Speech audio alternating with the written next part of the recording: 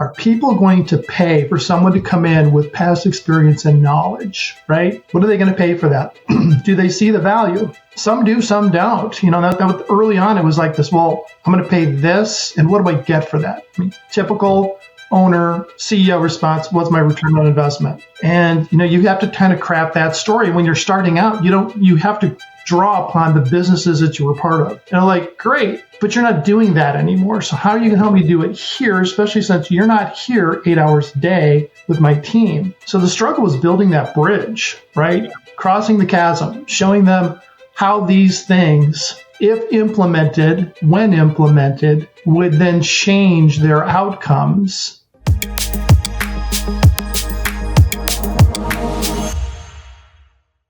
Hey guys, welcome to another episode of Building a Better Business. Today our guest is Greg Gaggini, the founder of Custom Solutions Consulting. You might have recognized Greg. He's been on our podcast, the old Heading West podcast. So I'm glad to have him back. He's our first two-time guest, so there's an honor there. And there's for good reason, because he is excellent at what he does. But in case you haven't heard of Custom Solutions Consulting, they empower businesses to achieve their goals by aligning long-term vision with actionable strategies, and then also maximizing executive team potential through customized coaching. Greg, welcome to the show. Thanks, Jake. It's glad to be back, and what an honor. Yeah. To be the first two-time guest. Yep. I'm honored. It's awesome. Yeah. Two-time guest. I'm sure it won't be the last. And for people who are watching this now, Greg will actually be joining us for a virtual event that we're going to be putting on at Skyline Point Capital, as he's going to help us create value for business owners. We haven't quite figured out the topic yet, but I can guarantee it's going to be a banger, and helping business owners get through, whether it's AI or hiring or retaining. I mean, there's a lot of topics we can talk about, but Greg will be a three-time attendee here pretty quickly. So keep an eye out for that event. We'll make sure you guys are aware of it. But Greg, I want to chat about your background. I want to chat about your business, and really where we start most of these episodes is telling us how you got started in the consulting business. I know you've got an extensive background in leading organizations and leading executives, but can you kind of walk us through what's the genesis of your business, but also your background that kind of led you to it? Yeah. Thanks, Jake. You know, years ago as a kid, and it's funny because foundationally in coaching and whatnot, you go back to what are some of the earliest influencers in your life? It's all about life. We're doing life. And you think back as a kid, youth baseball, youth football, youth basketball, and you had a coach, right? Someone generally that you would hope you looked up to, that helped you get better at whatever it was you were going to do, and you got some skills and life lessons from that. So as I think back to that, I was fortunate to have some really cool and influential coaches in my life that not just helped me with the skill in terms of a sport, but apply that to life and how I could grow as an individual, right? So fast forward into business and taking all those skills and life lessons ahead of time, you start putting them into play. And some work and some don't. I think that's one of the biggest things when you think about getting started in a business like this is that not everything is going to work, right? We all have a plan, and it's much like Mike Tyson would say, everyone's got a plan until you get punched in the nose, right? So as I think about as I started this, I had a lot of opportunity to lead organizations, be part of great organizations that grew, got sold, bought again, went public, those type of things, and blessed to have had those opportunities to be part of those. And as I started to grow in my career, I got to a point where I was looking back and saying, God's given me some amazing experiences and amazing opportunities to be part of people's lives. And I don't know if this is something I developed or if it was a little bit of an innate thing, but whenever I was with an organization, people felt comfortable and safe coming to talk to me about their challenges. And it's probably one of the biggest challenges you have in coaching and consulting is creating that psychological safety between two individuals, because when we can get real and get to the root, we can start to make some progress, right? And when I think back again, how did this get started? I think, well, when you're a kid or a young adult and you get a coach, it's kind of a badge of honor. It's like, oh, I get to have a coach, batting coach, pitching coach. And in business, it was a bit of a challenge. I saw this for a lot of my, a lot of friends and family that worked with, got to have an opportunity to work with a coach. And they said, I don't know if I like this because it's like there's something broken or wrong with me. That wasn't the case at all. It was that mindset of I have to have a coach versus I get to have a coach. And that all of those things combined is really what was the jettison for doing this. I took all the life experiences I had, said, how can I apply this, use these gifts, and help people accomplish their goals, both personally and professionally? Because I'll just tell you flat out, Jake, I can't tell you how many times people would say, Greg, I can separate my personal life from my professional life. When I go home, exactly. Yeah. I'm like, you really can't. Not so much. Not so much. And they intermingle. And the habits, the good ones you have at home and the good ones you have at work, they commingle. The bad ones you have at work, the bad ones you have at home, they commingle. So that was really the jettison for this in terms of trying to come up with what am I going to do next? And a lot of folks go out and they go into the academic world and they want to apply academic things. And I like the real world experience. I've got friends who are in the military and I'm like, tell me what it was like to be in the tank. Yeah. What was it like to be in the foxhole? I want those experiences. So I take that and I put that into the business. It's like, yeah, there are things, there's books that you read and a lot of good content, but using the life experiences to help people not step in some of the holes that I've stepped in. And when I put that all together, that's like, I should be consulting. I should be helping people figure out their vision. How do they execute it? And how do I help them grow through coaching? Yeah. And the smart business owners, at least I've found, are willing to pay money to glean from people who've done it before, who've made the mistakes, and recognize, I don't want to go through that headache, heartache, and pocketbook ache. I'd rather just pay somebody who can kind of point out the landmines ahead of me, so I don't have to do it myself. I'm curious though, so I know your background, and you've had extensive experience leading organizations and being in big group settings, right? What was the transition like going from maybe corporate life and business to now you're a solopreneur, you're leading leaders of organizations? What was that transition like, and how did you go about getting referrals to actually get your business launched? Because it's you may have the skill set to do this consulting thing, but unless you have customers, it doesn't really matter. Great question. And I think pretty much any business owner out there would tell you that on paper it looks great, and then when you get out there, okay. When I started this, I thought, well, I've got all these powerful friends in my personal network. I'll just reach out to them. Yeah, not so much. The friend thing, no, not where it was at. I mean, maybe 4% of the business came from that. So it was really focusing on the business development side, right? Where years past, I had business development teams that did that for me, right? They reported up to somebody else, reported to me. I'm like, go find these people, go find these customers, go create these websites, go create these relationships. And it's like, now I had to flip the mirror and go, you have to do that. Yeah. It's your role. Yes. And it was a little tough in the beginning because I thought it would be easier than it was. I'm just going to go out there. It's going to rain. I'm going to walk into a room. People are going to see the value I bring. Exactly. Right. And you mentioned it earlier, that mindset of, are people going to pay for someone to come in with past experience and knowledge, right? What are they going to pay for that? Do they see the value?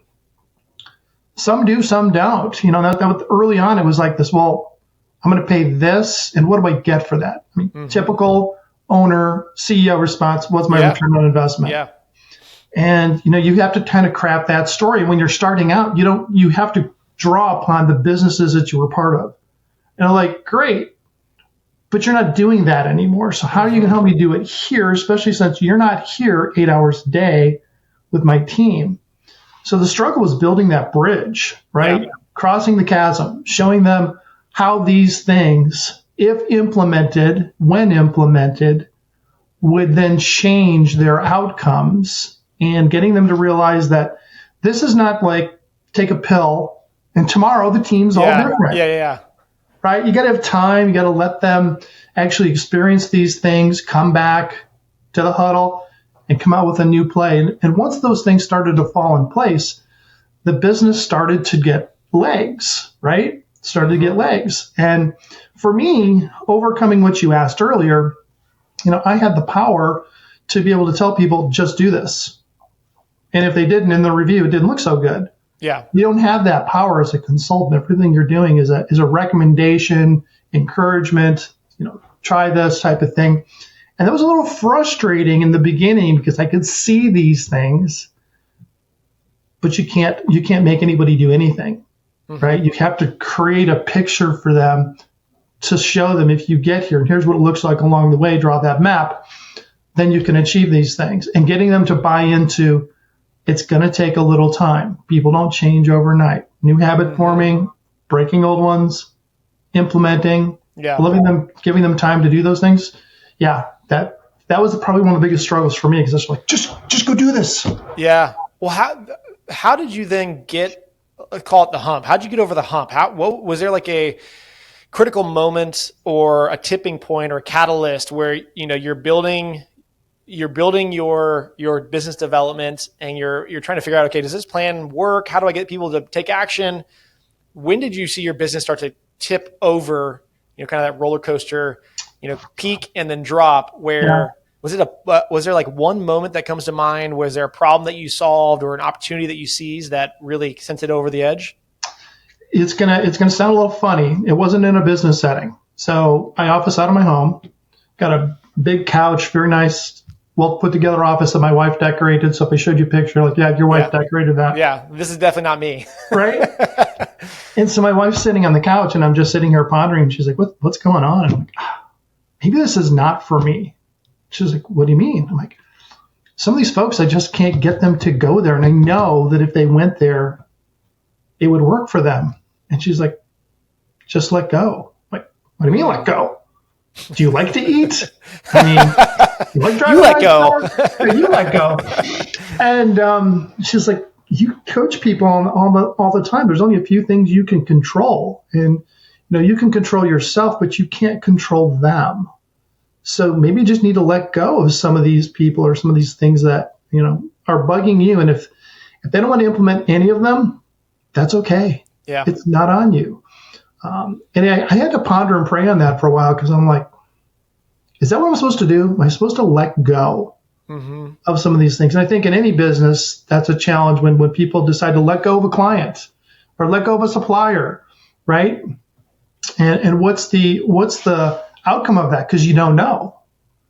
If I let go too much, do all my clients go away? Yeah, sure. What happens? But that was it for me. I let go, and I kind of forwarded that in the way I approached them. If you want to do this, if you want to implement these things, something. If you don't, maybe I'm not the right fit for you. And that gave me a lot of peace. And it was funny because I'd say probably 85% of the people that I had that conversation with were like, well, wait a minute, we don't want you to go. Yeah. Then we got to get in the game together here because I need to see you having progress with these things. But if you're just paying me to come in to talk to people, we're not going to, not going to implement and execute. It's not going to work. Yeah. It becomes a waste of everyone's time and their money if you're just not going to execute on this thing. Correct. What was it about that, though, that conversation, do you think that triggered in the business owner's mind of, okay, I need to commit to this. I need to actually move forward with this. And I guess conversely, what do you think prevents business owners from fully committing to not just to like taking on a coach, which is a hurdle in of itself, right? Like, I've had business coaches before where it took me a couple of weeks to kind of get my head around, I'm going to pay someone to come in and help me with my business. But once they're partnered with you, what do you think is in their mind that prevents them from fully engaging and fully taking recommendations and like committing to the process where they can see a true ROI on their investment? Yeah, great question. Sometimes it's the math. They don't understand the math, right? And so trying to trying to mathematically break it down from to understand when and where the ROI should start to come from. The other piece is, I'm just going to say it. Some folks out there have really big egos. And they don't understand that even at the very, very top, your role as a leader must be to spend time with your people, must be to continue to work on these things that I work on with people maybe once or twice a month, right? That repetition has to be there. They have to engage from that perspective. So they get a little bit disconnected from the day-to-day where they need to be, and encouraging them and getting them to see that engagement is the multiplier to the coaching, right? I'm giving tools, I'm seeing things, I'm making recommendations, but they have to make sure that they're there to help ensure that those things take place through effective one-to-ones, through their other conversations that they have with people, and sometimes just get out of their own way. Like, you got to engage, right? Put this aside, get out of the ivory tower, come down and be with the team. Let them see you're human. Yeah. I remember when I first, just thinking back to when I first hired a business coach, I think, in answering my own question, I think the hurdle for me was once I could put my mind in the mindset of, all right, I am where I am because I've exhausted what I'm capable of. And if where I am, my business is at right now is good enough for me, then maybe I don't need a business coach. Mm-hmm. But it stands to reason that if I want more, if I want better, and I've already exhausted what I have, I need someone else to help me take that leap and break through the barrier and make those 1% changes every day. And I think it was once I kind of framed it with that of, this is the best I can do, I need someone else to kind of speak into it. That's when I was able to personally say, you know what? Okay, spending that X amount of thousands of dollars a month is going to be worth it because I see the potential of what I could be or the business could be. Mm-hmm. And then it comes down to finding the right coach. So I guess with that sort of like lead in, what's your recommendation on finding coaches? Why you, not necessarily why you versus somebody else, but business owners, I think regularly think of, I could probably use a coach, probably be helpful.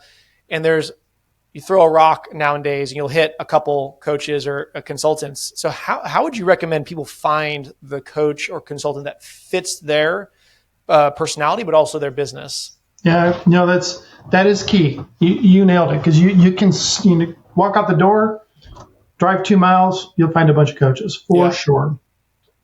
It's like anything else. You have to find people you identify with. So I recommend you interview them. You got to sit down and talk with them, and from both sides. One, if the coach is doing a good job, they're going to ask a lot of good clarifying questions to understand what is it you're really trying to achieve, either for yourself or for your team, versus, hey, this is an opportunity for somebody to just make a few bucks. Those are not the people you want. Yeah. The owner, CEO, whoever the person is who's doing the interview, also needs to get comfortable with, can I share things with this person that I just don't share with other people, right? That safety that we're talking about, that's crucial, because otherwise, can you do the work? Yes. Will the work be as effective and impactful? No, it just won't. So recommendations also are great. You talk to other people's. I'm part of a group called Vistage. It's peer advisor groups for CEOs, and I lead a couple boards on that. And that safety that they have in that room, and just like they have safety that individuals have in a room or groups have in a room with me when I'm coaching, is what's key. And so finding that when you're talking and interviewing to a coach is critical. Not only that, but if you have a specific expertise you're looking for, say it's finance. You got to find someone who's got the credentials and in the finance world, marketing, whatever that might be.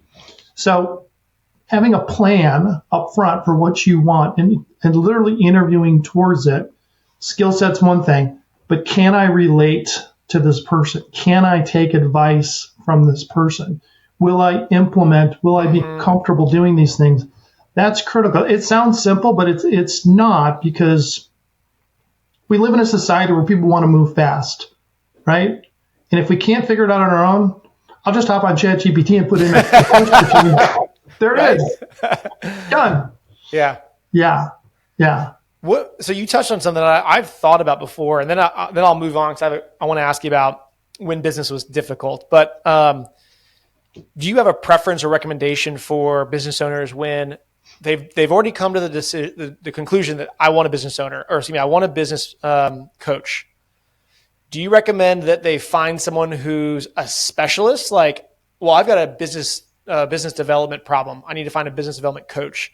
Or do you stand by the other side of maybe a general business coach that has a breadth of knowledge that's going to help the overall business excel? And maybe they can help business development, but they'll help in every other area as well. Do you sort of have a preference of more of a generalist versus specialist? I like generalists more than specialists, unless it's a very, very, very, very special item. Because generally what I found is that they think it's one thing. It's BD. Oh, yeah. And after you get in and pull the covers back, you find out it's not one area. It's usually two or three different areas. That's good. Okay, that makes a lot of sense. Okay, let's talk about, we've talked about like the catalyst, the thing that helped your business. Let's talk about some of the sleepless nights, some of the angst, some of the stress of starting a business. Can you kind of walk us through what was one of maybe the hardest times that you've had to overcome since you launched your consulting business?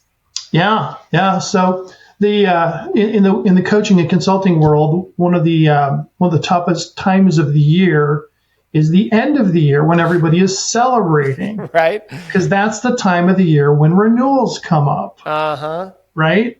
And so you're looking at your business. Of course, you have to continually be looking for new business, as well as if you like your clients and they like you, want to continue to work. Those renewals are important. So in terms of sleepless nights, when you get to the end of the year and you've got people that are kind of on the fence and they're going, well, can you give me a couple more months to figure that out?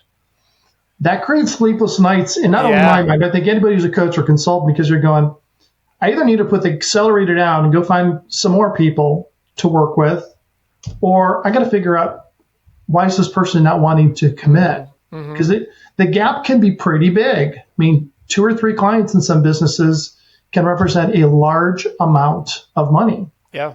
And so, did I do everything I was supposed to do? Did I make the right calls? Did I give them everything they needed? I mean, you look internally first, say, why didn't they sign the renewal?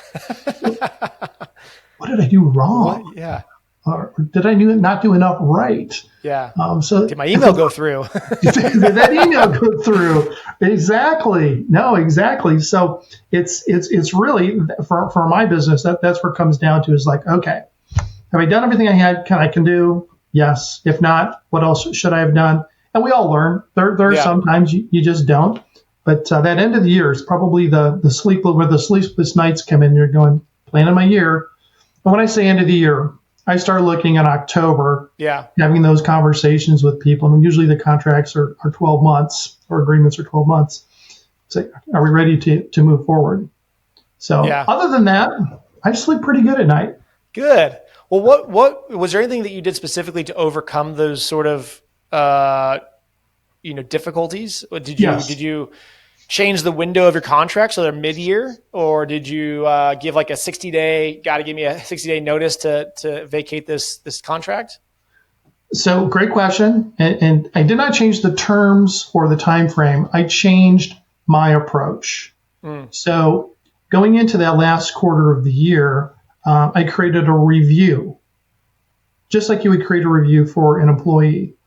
What worked well, what didn't work well. I love to use the math. How did this accelerate the business? And let's get aligned, do these things, and sat down with whoever the decision maker is. Sometimes it's the owner, CEO, president, could be a VP of ops. Different companies, different people have signing ability, if you will. Yeah.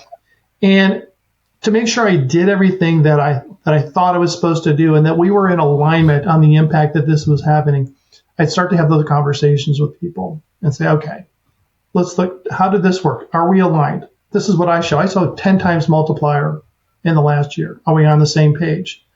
Some cases, yes. Some cases more. Some cases a little less. But that piece, that tool for me, really helped to see where were we aligned and where we're going to go forward. And that led to earlier renewals on contracts. Like, hey, you know what? Glad we did this. Let's just renew now, even though we have another 2.5, 3 months left, right? And it's no different than anything else. If you're doing what you need to do and the company's having the results that they need to have, usually they'll go forward. Yeah, that makes sense. Yeah, if the results are there, it's a pretty easy decision for most business owners, unless they fall into the trap of it's kind of like medication. Oh, I feel great. I don't need this medication anymore. There is that. There is that. Which that's a tough one to overcome sometimes.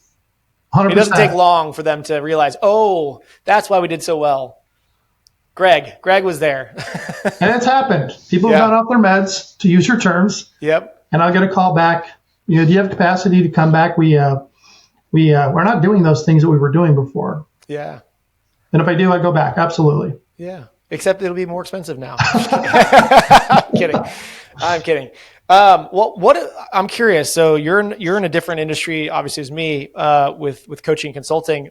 What gives you excitement about the industry that you're in, and what do you see in the horizon that maybe gives you angst about the industry, if any? Yeah. I'm fortunate and blessed that I get to work with a lot of different industries, which is really, really cool for me, that I get to see similarities in business challenges and differences in business challenges. And that is very exciting to me because I love to learn. I'm a consummate learner. Yep.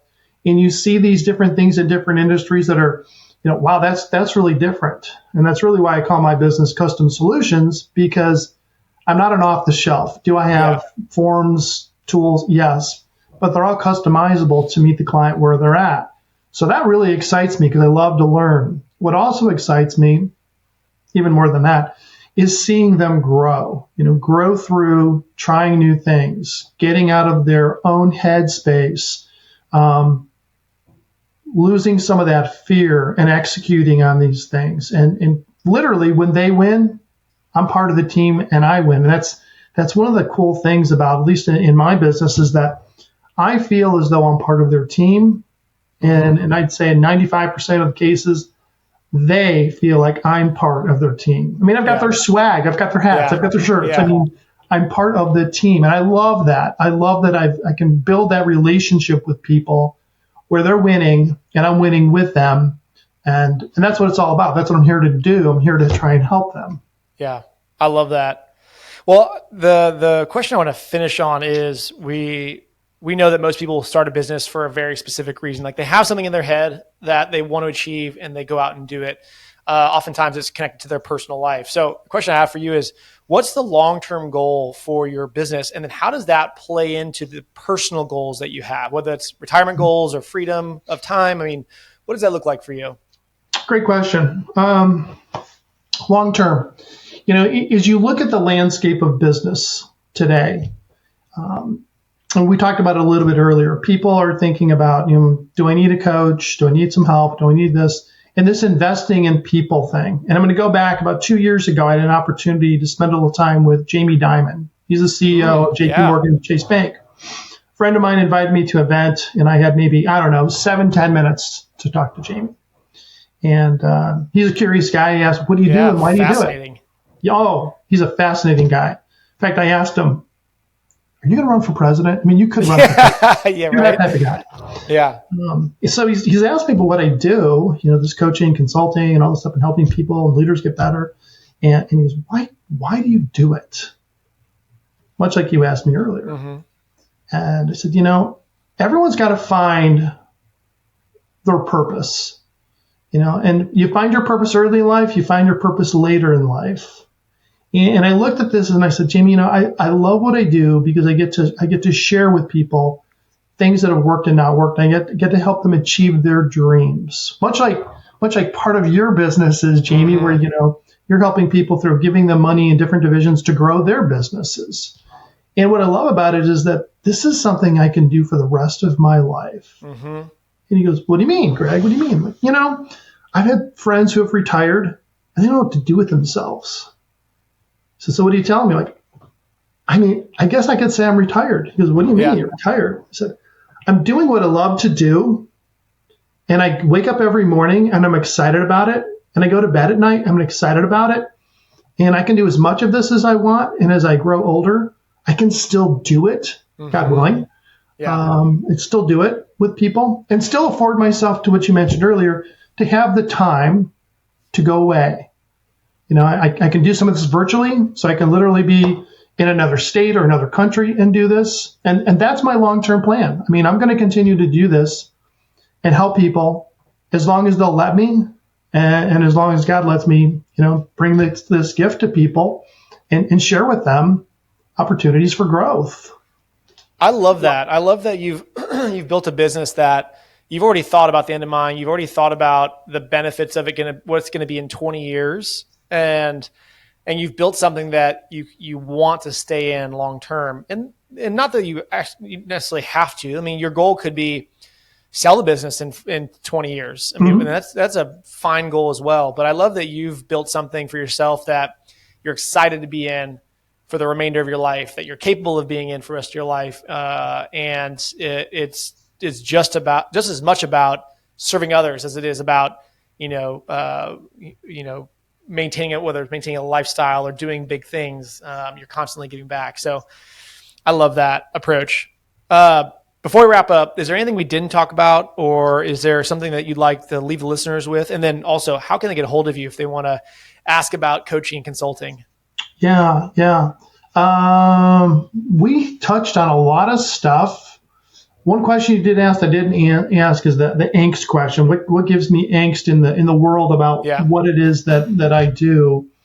I think the biggest angst in this consulting coaching world is, as companies grow, that they still understand and see the need to invest in their people. And that was a lot of the conversation Jamie and I had, was companies are really starting to understand the value of investing in their people. And that's what this is. This is an investment in your people. So the angst I would have is if people decide we don't need it anymore. I can stop taking my cholesterol pill or whatever it is. There's always something that someone needs, whether it's something that I provide or they provide for their teams, because that's what this becomes, a repetitive thing. You always have to be continuing to develop your team and your people. When you stop, that's the day you start to go backward. Yeah. Right. And then in terms of how can people get a hold of me? Well, LinkedIn is a powerful tool. You can always reach out to me on LinkedIn. I do have a website, customsolutionsconsulting.net. It's a lot. Got to spell that all out. We'll put it in the show notes. Everybody will have a link to it. Much appreciated. Or simple, Greg Gaggini, GREGGAGGINI @gmail.com. Yes, I'm the original 5G. Love that. That's a fantastic place to end. Greg, thanks for coming on the show today and helping business owners think about what it might look like to hire a coach to help them break through the ceiling and increase their business, grow their business, and grow themselves. So thanks for joining us today. Jake, thanks for having me. Always a pleasure. Have a wonderful day. Yeah, thanks.